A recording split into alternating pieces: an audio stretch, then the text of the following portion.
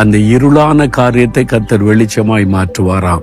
கோணலாய் இருக்கிறத செவ்வையாக்குவாராம். பயப்படாதங்க.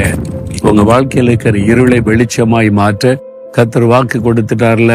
நீங்க சொல்லணும், ஆண்டவரே, இதுதான் என் வாழ்க்கையில இருள் இந்த பகுதியில இருக்குது, ஒரே தடுமாற்றமா இருக்குது, வெளிச்சமா மாற்றுங்க. இந்த கோணலான காரியத்தை செவ்வைப்படுத்துங்க. என் பிள்ளைகளுடைய வாழ்க்கையில, கணவருடைய வாழ்க்கையில, என் பிசினஸ் காரியத்துல, என் ஊழிய காரியத்துல மாற்றுங்க ஆண்டவரை, செவ்வையாக்குங்கன்னு ஜெபிச்சு பாருங்க. கட்டாய மாற்ற வரும். ஜெபிக்கிறீங்களா? ஆண்டவரே, உம்முடைய ஜனத்தினுடைய இருளை வெளிச்சமாக்குவேன், கோணலாத செவ்வையாக்குவேன் வாக்கு கொடுத்தீங்களே. இந்த மகன் இந்த மகள் ஜெபிக்கிறாங்க. இன்றைக்கு அவனுடைய வாழ்க்கையில இருளான காரியங்கள் மறைந்து வெளிச்சம் உண்டாகட்டும். கோணலான காரியத்தை செவ்வையாக்கி மகிழ பண்ணும்.